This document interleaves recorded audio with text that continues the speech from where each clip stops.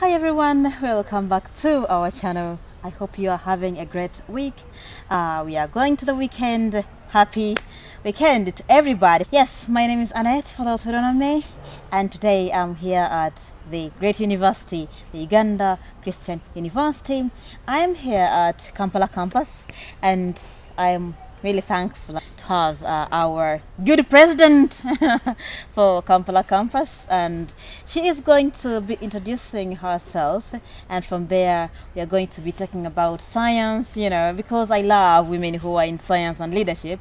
So I'm going to be asking her various questions, and there might be various lessons, as a younger person, or a mature person, you can learn. So stay tuned.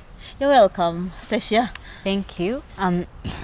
So please go on and just introduce yourself. My name is Stecia Kasemire. I'm in 4th year. I'm doing Bachelor of Medicine and Surgery, studying at Uganda Christian University, Kampala campus. Yes, brief about myself. Vice Guild President Emeritus, 23rd Guild Government at Uganda Christian University main campus, and currently Guild President-elect at Kampala campus. We haven't been sworn in yet, yes. Basically, that's it. Wow, so many titles. Thank you. So where are you coming from originally? Which part of Uganda? Southern, eastern, northern, western? Western. And that is Kabale, or? That whole region, Kabale, it has Mara, Bushenya. I think that whole region Western, is right? Western region. I don't know, parts of Uganda sometimes get confused. Kisoro, that whole area is it's very beautiful Western. Mountains and hills, close to Rwanda. I loved Kisoro. I visited there one day, and I loved it. Wow. So we are going to be talking about what you do, and we are starting with your major. You're doing medicine, right? Yes, I'm doing medicine and surgery, a bachelor's, at Uganda Christian University. So I want to know, why did you decide to do medicine? I'll say the decision to do medicine for me was something that I'll say I didn't take time to think about, because when you look back in my life, I've tried so many things. Actually, for my high school, I was at Mount St. Mary's College, Namagunga. I was doing so many things that at a certain point I thought I wasn't going to do medicine, because if I look at my high school life, I was more into physics, I did robotics, went for the robotics challenges. So I thought I was building my path along that career. So I think around Form 6 FAC, I went ahead and did a short course in programming. So basically my life was far from medicine. Like, much as I had done BCM, that's biology, chemistry and math, with IT, my life was still tailored around robotics, physics, but not things to do with the human engineering body. and computer science. Yes, but I knew ultimately I was going to do medicine. It's not something that I rushed for. I just knew that it was my passion, and whichever way it came, I was definitely going to do medicine. So I wasn't so much on pressure, like, oh my God, I have to do medicine, I just knew I was going to do medicine. Probably why I took off so much time doing other things, because ultimately I was going to be a doctor. I just felt it in me. Oh. And here I am. Yeah. Oh, wow. I also did BCM. I enjoyed that. And I was Church of Uganda, Kawako Secondary School, somewhere there in Rakai. So, is there any, anybody who in your family, or inspired you to become a doctor, or you just landed on it? Or is there any specific reasons why you wanted to become a doctor? I definitely had inspirations. They are not necessarily from my family, but I had inspirations. I would say in my family per se, there is no one who's a doctor really. People have different career paths, but not in medicine. Maybe in future we'll have them. Well, I'm doing medicine. You'll be the first one in the family. But to talk about not really the first. My grandfather was a medical doctor, but he passed on. Yeah, may his soul rest in peace. But apart from him, and he passed on before I was even born. So that's why I'm saying my inspiration probably is, I would say, people who are not in my family. I've had so many people I looked up to. I think the very first person I looked up to was Dr. Sabrina. Oh. Yeah, she's such a nice lady. She shared my story on, on all her media platforms, She took me to UBC. She's such a lovely person. Go on, please. She is. And I think we met her. I'll say we met her. Okay, she found us. Like when people are already in the field, they're the ones who find the younger generation and try to inspire them to do something. So she came to give a talk, something like that? Not really. I think we first encountered. She's an old girl of Namagunga. So I think when they had just come around, then I was a very active student, definitely. So we were sent back to, I think, have a talk with her. By then the school was celebrating 75 years of existence. So when we went ahead to talk to her, she told us, I'm a medical doctor, and we all had this whole stereotype of a typical medical doctor. You have to look a certain way, you have to live a certain lifestyle. And she was in one way or another breaking stereotypes, So that is where I sort of drew my first inspiration that I'm already probably doing the BCM. If I get the marks, I'll definitely go ahead and do medicine. It's not life and death like the way we thought. Yeah, but with time, even before I joined campus, of course, I got more inspiration from other people who had done medicine, and they were not doing the typical, I would say the typical medical doctor that we all had, like in our minds. They were doing other things apart from medicine, because I'm one kind of person who loves to do so many things at the same time. Yeah, because growing up, my mom has always told me that, if you're in your comfort zone, sometimes that one thing you're relying on may not actually help you achieve. So at the end of the day, if you've tried like 3 things, if one fails, you have a fallback. So I think sort of like plan A, plan B, plan C. Yeah, backups. Yeah, backups. That's it basically. Oh, wow, that's so interesting. So after that, you came to Uganda Christian University. Yes. I want to know, why did you choose Uganda Christian University? One thing I just want to say is that I have no regrets coming to Uganda Christian University. I don't know, someone may sit there and tell me ABCD. I know people have different experiences, but my very own, I have no regrets whatsoever coming to Uganda Christian University. I feel like it's a place I was meant to be, and we are the pioneer class, by the way. I mean, the pioneer class of medicine and surgery. That's amazing. Yeah. We're just trying, So we are we face everything as first timers in the university, but like generally outside the fact that we are the pioneer class in the medicine, in medicine and surgery, UCU as a university had its values, its settings, and its principles. No, at the end of the day, it's I realized that UCU was my place to be, because it was a university that literally let me do it. It gives you may not notice it the first time, but it's a university that gives you avenues to try out other things outside your career. Like, you're not cocooned in one place, like, I'm here to do medicine, I'm here to do law, I'm here to do social works and social administration, so I should just focus on that and then probably go and compete there. The competition actually starts right in year 1, because I think when we came here in year 1, we were sort of isolated, because we were at the medical school, which was based in Mengo, and we were not interacting with other students. So you don't get the typical life of a university student or the typical life of a fresher, definitely. Yeah, that's true. Yeah, in one way or the other, it was an advantage and maybe a disadvantage on the other side. But what I want to bring out is, I may not have had very many reasons as to why I chose UCU, apart from the fact that my parents had told me, this is a great institution, and trust me, once you're out of UCU, we've seen alumni of UCU, and they are not comparable to people from other universities.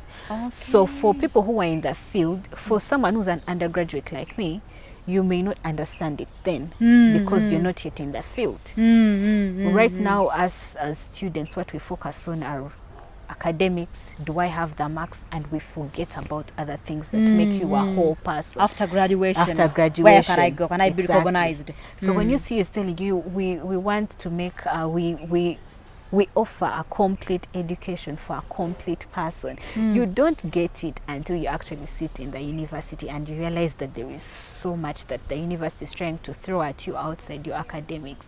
So probably when you're studying, of course, you have these things of us, why are we doing this? Why is the university making us do this? But at the end of the day, you realize that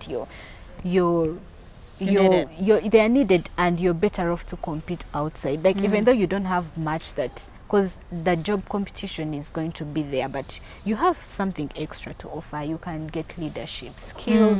There is an avenue for sports, for people who are talented in sports. So it's a university that tries to enable you explore your other strengths. I'll give a case in point for my very own.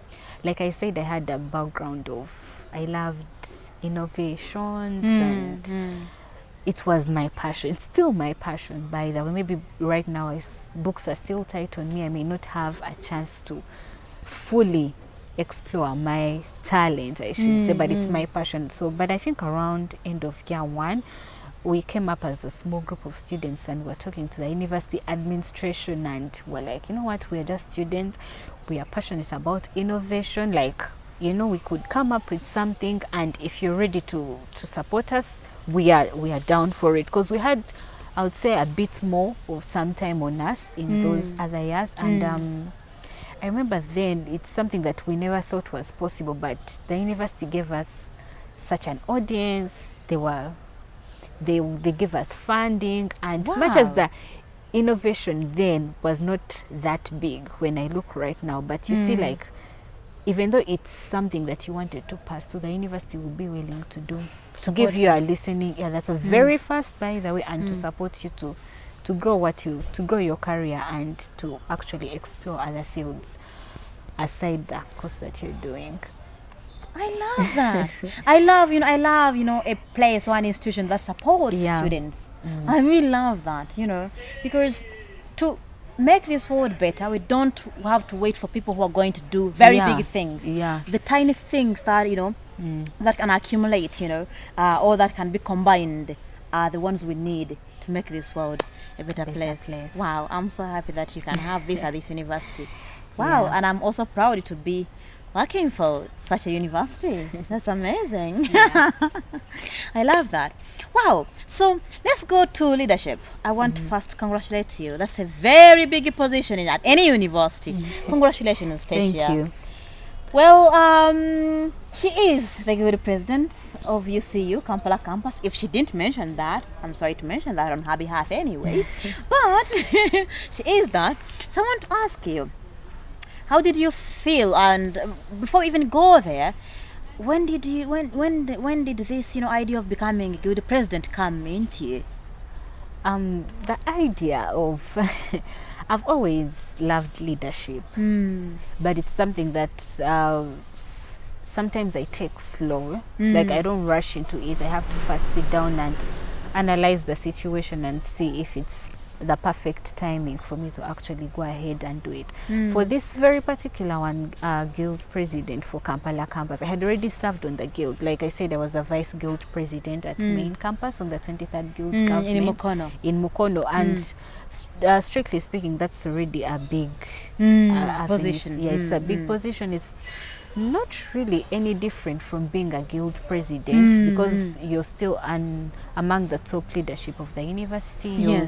But the number one thing that people forget is that we are taken so much by the excitement of guild president. You forget that you're serving the students' body, and that's true.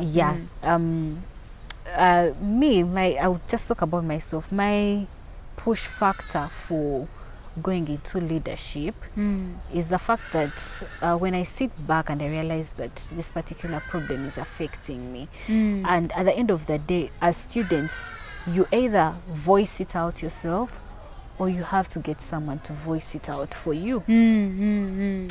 For institution settings, leave alone national politics, for settings in institutions, whatever problem you have, you're voicing it out to the administration. Basically, that's it. Just to break it down in simpler terms. Aside other things that you can bring, like collaborations from other universities and other organizations and the government and all other factors that make your guild presidency as a whole. The number one factor is that you're voicing out students' issues to the administration, and if those problems affect you, then why not go for it? Oh yeah, wow. That means that, you're not only serving, yourself, but also, Yeah. your classmates and even the Exactly. community, because those are people who are going to come to be leaders as well. Yeah. So if they learn things from you, they can take them on, and just Yeah. apply them, in their communities. And also and also maybe the position gives you a chance to learn. You learn from the students because you interact with so many students. So interacting with students, even though you interact with 100 people per day, it makes a difference as compared to someone who's talking to one person per day. So you realize how diverse the world is. Students have very many diverse views. Students view things very differently, but at the end of the day, you have to consolidate all that you're picking from the students and get a common goal that is going to benefit everyone. The So solution. it's also, it's a solution. So it's also like a learning point, and it makes you grow, it makes you mature, I should say. You learn to interact with the world, because the various characters you meet at that level are still going to play out even though you go out in the field, even at higher levels. Even all institutions have a sort of similar organizations with those different characters, and at an early stage you start learning how to deal with different characters of people without offending them, if you can. That's how I can put it. I love your brain. I love the way you think. Yeah. Wow. So there are so many people or so many girls out there, I don't know if there are so many anyway, but there might be girls who want to be in leadership. They are in science or they are doing other things, but they also want to be in leadership. So how can you summarize, the ways you can balance, your work and leadership? And this can be an example to both people who are doing science and leadership, but even other people who are doing various things, finding a way, of balancing your work and responsibilities is really important, because they go together. So how do you do it? What I can say about that is it starts with the passion. Like, you have the passion to do something. I think recently I was listening to a podcast, and just to summarize it in one sentence, someone was saying they had been a bad student, and then towards the final they receive a grade, and that grade was for like an A+ student. So after receiving the grade for the A+ student, they had to go to college, but remember they had a grade for an A+ student. They reached college, and surprisingly in college they did way better than they were doing. So the take home point was, his turning point was when he started acting like the A student, and not look back and start crying about the little grade. So it begins with a passion. Do you want to be a leader? That's one. Do you want to, or you're comfortable? If you're in your comfort zone and you want to just pursue your career, well and good. But if you have that passion to be a leader, then you actually find a way to balance, because it's something that you want to do. You won't probably complain about the extra responsibilities. Oh, I have to be in office on a Saturday. Oh, I have to be in office probably on a public holiday. Oh, I have to go and check out on school at a certain time. When you'd rather be probably out doing something else, having fun with your friends. If you have that passion, you won't look at it as a burden. So that way you come to the realization that you want to do something and you actually give it time. Maybe for me as a student, the other bit that I get much is, oh, how do you do the politics? Then you have academics, then you also have to spare time for your social life, like you're a young person, and what. That's the question I've gotten the most. And me, I just take one day at a time. If it's Monday, I will do Monday. If it's Tuesday, I have an ultimate goal, but what I can say for my short-term goals is that I take one day at a time, because I know I have school. I have to make sure that I do not I excel in my semesters, because my number one role at Uganda Christian University is to be a student. And if I neglect my duties as a student, then I won't even excel as a leader, because even the students will point fingers.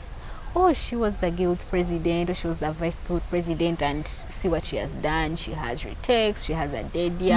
I don't want to do that stuff. I want to focus on my books. But I'm glad that in UCU you have mentors, and they keep reminding you every single day that your number one role is to be a student and to read your books. Because if you've excelled, then that way you have some sort of authority to encourage other students out there to take on leadership, because they'll see she has done it. She did her books. She did leadership, and they'll be inspired to do something. I totally agree. Wow, that's a very good. I mean, that's a very grand point to make. You know, if you can balance your, you know, your academics and then responsibilities, you know, people will be like, wow, she can study and she can lead. That means that leadership is not a burden. It's not a burden. It's just, it has to be passion. And for women in leadership, it's common knowledge that there are so many distractions out there, we young ladies, kids, but and you're not any special, you're not any different. You're also subject to those same problems that other women are facing out there. You just have to find a way. You have to find that little strength, that inner voice of yours that's telling you know what, but my number one role in this life is probably to be a leader, to do this and that. These other things will come, the hiccups will be there. You just have to find a way of working around them without one spoiling your reputation, keeping your dignity, and because at the end of the day you're somewhat a public figure, and students, for example, students draw inspiration from you. So even the way you handle your social life comes in play at the end of the day. So and I think this whole year it has been I think a wave of women in leadership. So I think the narrative is yet to change, or it has already changed, that we used to leave certain things for men, but now you can actually equally compete for the same. The ground is leveled, and people actually listen to you and not do. Of course, we still have a few stereotypes, a few people out there who still come up and be like, oh, a lady can't do this, oh, a lady can't do. Personally, I don't agree with that. I think it's outdated, and I think such people need sensitization. I can't blame them. Primitive. Yeah, they just need sensitization. Old age people. And us, they need to actually come and interact with us, or the young female generation out there that has tried to do something. First, we are still young. We actually haven't done anything yet. I mean, who's going to see me 50 years from now? I probably have a whole lot of things that I have achieved, because I know God has a lot that He's preparing me to do, but we have females that have done a lot, and the list is endless, you know. So when you see such people still coming up to make such statements, you're taken aback, and you're like, am I living in this generation or something is actually wrong? But at the end of the day, it doesn't take away your what is it, feminism? It doesn't take away the fact that you're female. You still remain feminine, but you still compete with the males. After all, you're all human beings. The ground is leveled. I love that. You know, I love that. People who still think that this is for men, this is for women, this is for women, this is for men, and they are still in that old age, you know, the Stone Age, you know. But in this 21st century, come on. I mean, not even in the 21st century, there are so many people who have done good things before this. And we are so proud of them, and, you know, we are, you know, looking up to them, and we are like, wow, this is, you know, this is amazing, or this is, you know, interesting, fascinating, whatever it can be. Oh, wow. So, what I'm going to ask you is to tell us about the challenges you faced while taking on this role. First of all, I think the biggest challenge is that you will never know whom to trust. Yes, that's to sum it up. Because in such things you need to, number one, have people that are close to you that you can trust, because like I said, at the end of the day, you're still a human being. You still be thrown at the same things that are thrown to other people, and they have challenges facing. So the number one challenge that I've faced in all this is having people that you can trust, people who have genuine intentions for you. People may like you because when you interact with students, be like, no, we've seen you work. You're actually a great leader. You're a great advocate. You can do this for us. But someone will probably fall to your side because of that. But then another person will only come to your side because they see you have potential of doing something that will benefit them. You know, if Stecia is a leader, she'll probably do ABCD, and if I'm close to her, I will benefit this. That is true. That can be good and dangerous at the same time. That means those people will only be there when it benefits them. Yes. When it doesn't benefit them and you're still the center of everything, they won't be there. Yeah, they'll run away. Yes. And then there are people who are just there to give negative criticism. Positive criticism is okay because it builds character. You know, it's okay for someone to come across me and tell me, you know what, Stecia, I think ABCD is not going right, but if we try this, it's okay. That's very positive criticism. But the people who are just plainly out there for negative criticism, for things that don't build, things that are not building your career, but they're just out there to throw shade, to put you down. And if you don't have the confidence, if you've not sat yourself down as an individual and told yourself that, you know what, this is just words. It's just words. These are things that won't build me, so I should put them aside and keep focused. Trust me, you'll crumble down. Yeah, I know some leaders have tried to read around, and you find some leaders or some people in power, sometimes that negative criticism gets to people, and you find someone who was so up there, or someone who was in the right path, heading to something bigger, comes down, and you're like, what happened? What went wrong? And people are talking about mental health here and there. So those are the challenges that I would say I've seen. The biggest challenge is trust. Just knowing people to trust, which is hard. Of course, you trust people, they'll let you down. But if you're focused and you know what you need at the end of that day, trust me, you'll achieve it. That's extremely, extremely, extremely important. Yeah. Trust is not only about leadership in the university. Everywhere. Even our friendships, relationships. Everywhere. Most people are there only if they are benefiting from you. But if you do opposite, or if you do things that benefit maybe everybody, not their specific needs, they won't be there. And you really explained it so well. This can be a great lesson to a great lesson to so many people. If you want to be a leader, if you want to be a good president at any university, just expect this, and you must learn how to handle this. But of course, he's going to tell us, how have you been able to manage this? The way I've been able to manage this is, people tend to think that I have so many friends around me, because being in such a position, you interact with very many people. But when I sit myself down, I realize that I have very few friends. Very, very definition few friends. of a friend change. It really means something different. Something different. So at the end of the day, I have the hard way. I've learned the hard way that there are particular people I can call on, and there are particular people I should not bother. It doesn't mean that I have to show them that, I know ABCD about, but I just have it within myself. There are still people around me. I can't push them away, because one way or the other, you don't know what someone is going to. They will help you jump a hurdle in future, And they are also around you because probably they know you'll help them somewhere. But at the end of the day, you have to make sure that your circle is very small. Something that I've learned the hard way, but it's something that I have appreciated, and it has taken me through. And I think my small circle, small as it is, has helped me through each day that passes by. Life is all about people, but it's also about boundaries.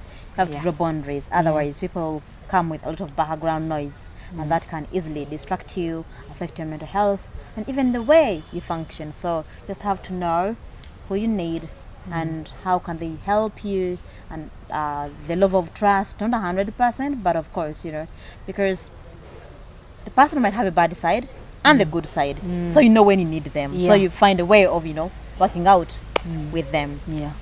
Oh, wow. So the next question is going to be about apart from being the good president, and the medical student, so busy, Yeah. here at the university with a lot of academic work responsibilities, you also do community work. Can you tell us more about what you do and where you do that from? For Uganda Christian University, when you're being mentored into leadership, the number one thing that we try to promote is patriotism. And in patriotism, when we look at communities, if you're to do community work, it's better you start with your own community before you actually go out and lend a hand to other communities.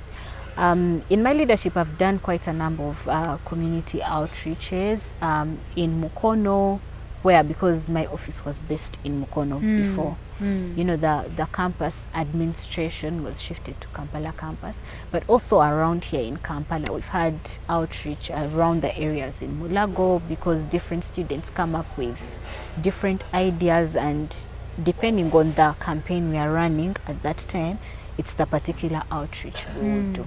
I want to commend one of our students who recently was running an HIV STD campaign awareness at Kampala campus, and yes, we were able to do an outreach around the areas of Mulago, go there, see those people, teach them the basics about prevention of HIV,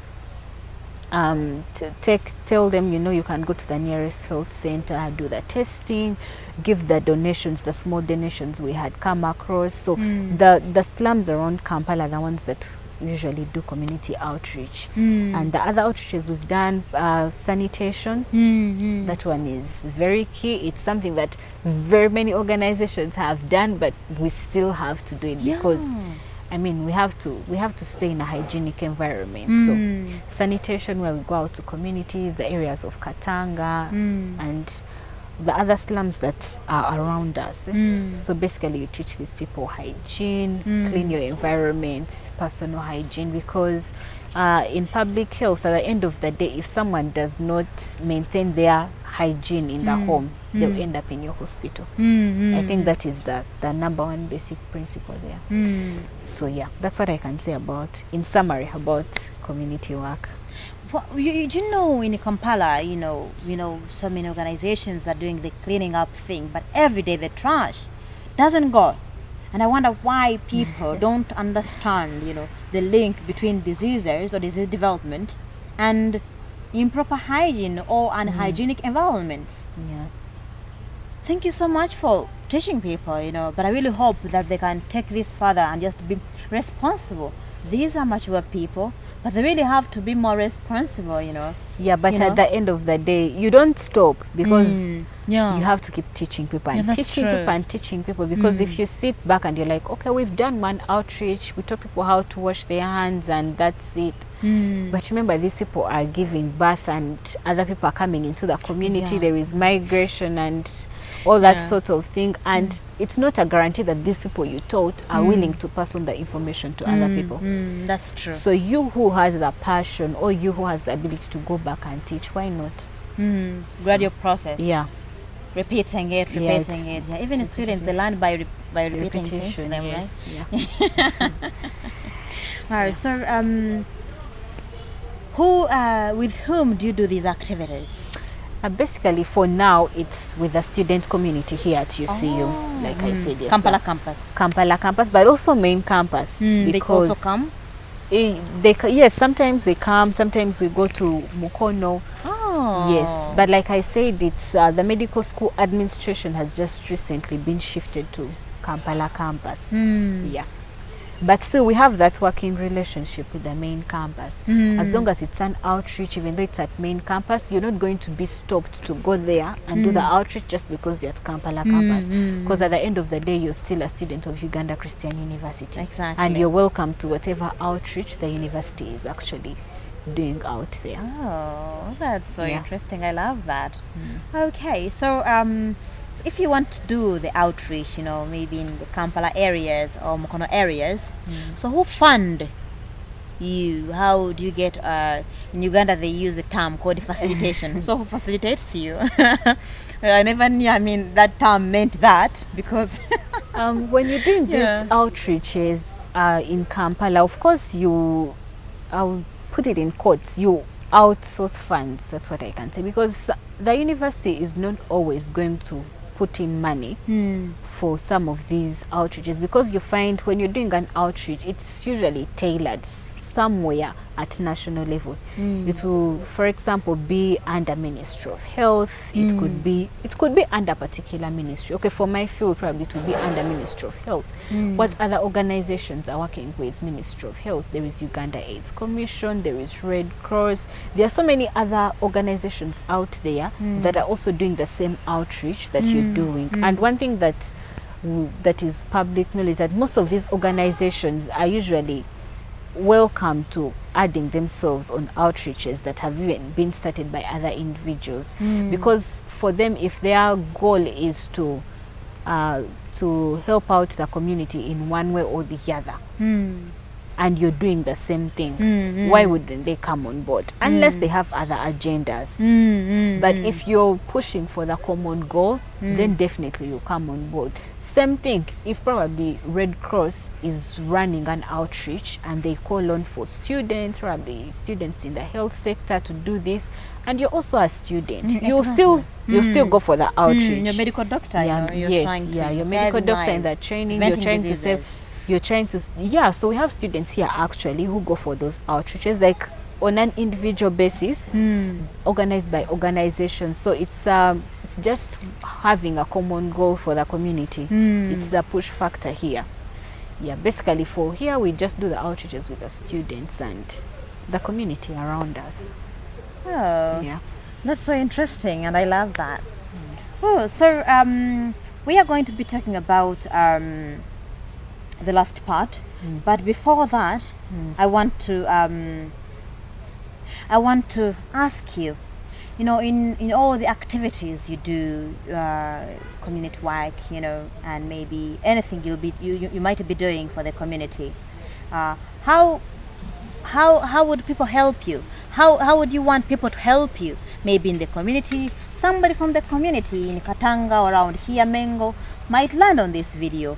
What message do you want them to receive from you about, activities, sanitation and everything? The message I can put out there to the community is that when people come to do community outreaches, the community should be welcoming to them. Of course, I know people say, there are so many fake people out there, some people come to take advantage of us. Of course, you can use your judgment, but if they are authentic, most of these organizations or organized groups of people come to do outreaches for the benefit of the community. So the community out there should be welcoming to these people, and they should also feel free to give their feedback on how they would prefer the outreaches to be done, because sometimes it's one-sided. We think for the community, we think we should do ABCD for this community, but people don't tend to go back to get feedback, like when I did this outreach, was there an improvement? Did your life get better? Some sort of like follow-up, because you may probably be underestimating those people because you're helping them, but they have an addition to how they need their life to be bettered. So if you are working on bettering their life, it's also good to get feedback from this community, so that if you're to do another outreach, you incorporate all these things that you have collected from communities and do something better. Yes, that is a point which is coming from a very wise person. If you want to do something for the community, don't be like, I want to do this for you. Talk to them and ask them, what do you want mainly for now, and how best do you want me to deliver it? That way they will trust you and they will give you support. But if you just come with your things, I want to give you this, they'll be like, no, that's not our problem. We know our problems. These community people, you might see them and you're like, oh, they don't understand things. Hey, they are aware of their problems, and the politics maybe in our country has made things look different. So any person who goes to the community to do something good, they think that they have their own political agendas, or maybe Yeah. in the future they're looking for votes, yeah. something like that. People have lost trust in people. But you know, if you want to do these things, like she said, engage with people, talk to them, ask them what their problem is and how they want to be helped. Yeah. That way you will come on good terms than coming with the things, I want to do this for you. Hey, they won't accept you. And if Ugandans say no, they mean no. They mean no. Well, so before we conclude, what can you say to younger girls out there who want to do science or do any other, any other courses, so science, other courses, and combine that with leadership? What can you say to them? I think they should, like, if you want to do sciences, go ahead and do the sciences. No one should sit you down to discourage you and tell you, oh, ladies should do arts, ladies should do this. No. I think we've moved away from that narrative. We have very many big ladies in the country here that you can draw inspiration from. I could name, but the list is endless. Draw inspiration from those ladies who have made it in the science field. Go and do the sciences, because you can still do sciences and balance with other passions that you have. Even though you're a sports person and you want to do sciences, go ahead and do your sciences. One way or the other, your sports will still be there. Like I said before, the passion is what comes first. If you want to do sciences and you're passionate about leadership, go ahead and do the sciences and the leadership will come in, because even these scientists that you're in, they need a leader. There is no organized group of people that is there without a leadership. So you find that these other things that we call co-curricular activities also play in every organized group of people in every community, whether it's a community of scientists, whether it's a community of arts people. At that level, they will need a leader. They will have to engage in sports one or the other. They'll have some sort of co-curricular activities. They'll have organized things that they are also doing that play out on this other thing that you want to run to completely. You're not passionate about it, but because you want to do it, and now you're also scared about the science bit, so you end up being confused in the middle. No. You can actually go do your sciences and be a great person at the end of the day. Just go for it. Go for what you want. Yeah, go for what you want. Yes, I'm not one to sit down and discourage someone from what they're doing, because if my parents had done that to me, probably I'd be very confused. And because growing up, my parents have been the kind of people that have let me, as long as it's constructive, they have let me do it. If I stood up one day and told them, I stood up one day and told them, you know what, I just want to do robotics, like this thing fascinates me, and they told me, go ahead and do that. And I think when I did robotics and I was done with the robotics bit, I told them, now I want to go and do programming. Someone will say, oh, you seem to be like a confused person. No, like I said, at the end of the day, I was doing my BCM and I knew I wanted to be a doctor. And I was doing these things in what someone would call free time. So when you have a holiday, my parents will tell me, you have like this holiday, you have like a month. What do you want to do in this 1 month? You can spare some time to read your books, but then I'll tell them, you know what, I'm passionate about this. Like, I just want to go and get skills about this. And they'll tell me, you could spare like 2 hours a day, go and this other thing that you're doing, and then the rest of the hours go back to your books. So that way I explored so many things and I filtered. I knew, oh, this is for me, this is not for me. So at the end of the day, if you want to do sciences, just go for it. Yeah. Wow. And I'm telling you, the thing is that if you're doing various things, that are in science, or if you're doing things that you are passionate about, you don't remain the same. Yeah. I'm sure by taking those, extra courses, robotics and other things, you're not the same. You are in medicine, yes, but if someone talks about robotics, you have an idea. Yeah. So you can fit in the conversation. You are not the same. You're not the same. It just opens your brain, Yeah, it opens your brain, because I have my colleagues, my friends who are passionate about sports, and they did sports. They were still doing the sciences. They would go for competition, swimming competition, just that. Yeah, then I also have my other colleagues who are passionate about art. Actually, like one of our classmates here is passionate about art and design. Mm. So you find he's doing his medicine, he's excelling, but he still takes time off to do his art. We have people here who are passionate about music and playing instruments.